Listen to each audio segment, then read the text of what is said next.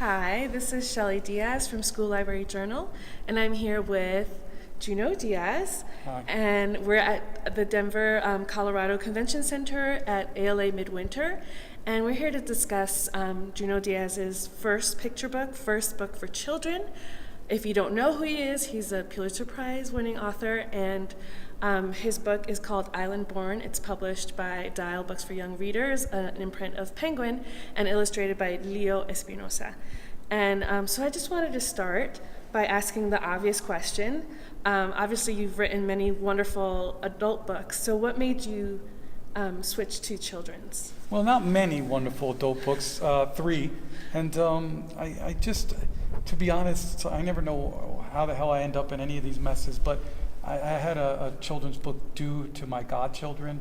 And you know, the last few years, there's been so much talk about the tremendous need for more representation, for better representation inside of children's literature. And I kind of felt like, you know, called out in some ways.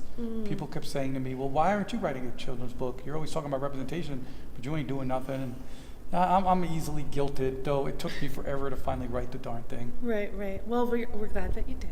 Oh, well, it's kind. And the other question that I have is, like, what have you found is the biggest difference between publishing a children's book versus an adult book? And I guess also what has been the same? Oh, well, yeah, there's a lot that's really different. I mean, a lot.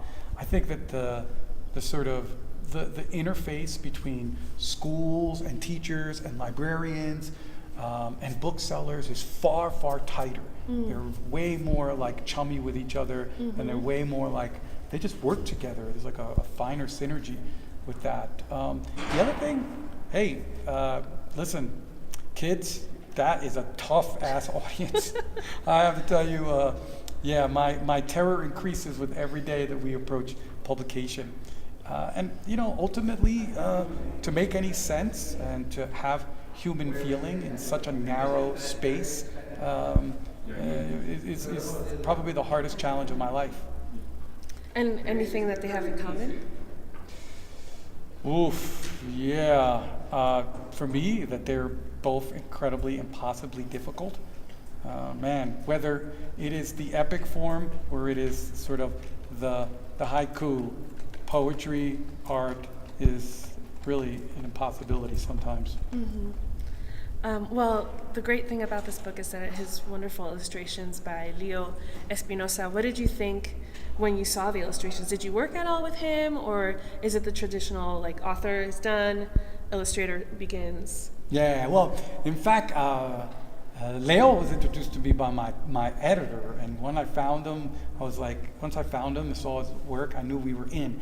And yeah, I mean, I did a little bit of help, but let's not pretend that I had any real weight, I had any real impact on this. It's Leo is a magician, and I have to tell you, whatever's really good about this book, Leo really got it in, and it's actually great to be batting in front of like a great powerhouse. You know that they got your back.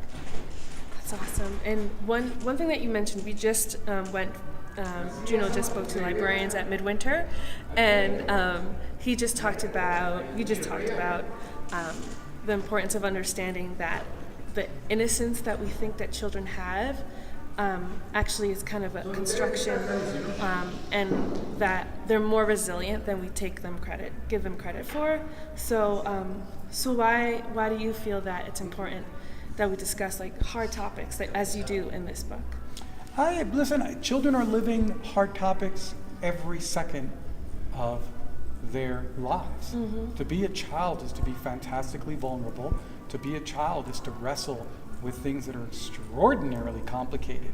And I think many parents feel for them, and so don't want to add nothing to what's already a difficult challenge by introducing, you know, conversations that might be, something, could be kind of a burden, could be encumbering. I just think that so many children are like me. They come from histories of dictatorship. They come from histories of violence. They come from really savage, disavowed pasts. And they're already dealing with it in every aspect of their lives.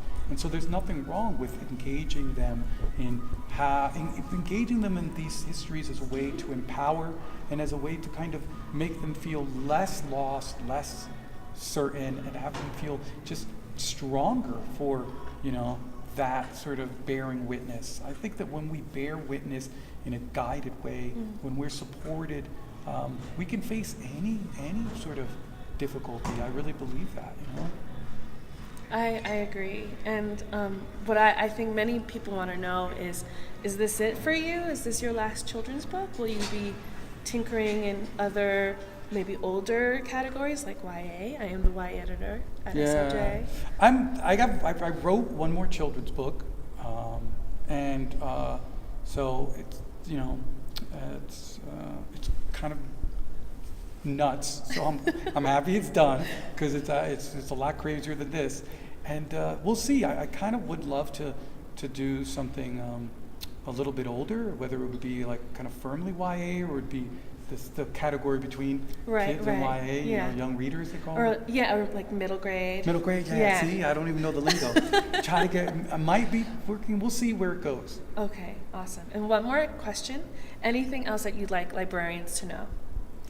I mean, besides that, we appreciate the hell out of y'all. I mean, that would be it, Okay, awesome. Well, thank you so much, Junot, for joining SLJ and talking with me, and keep doing good work. Oh, thank you.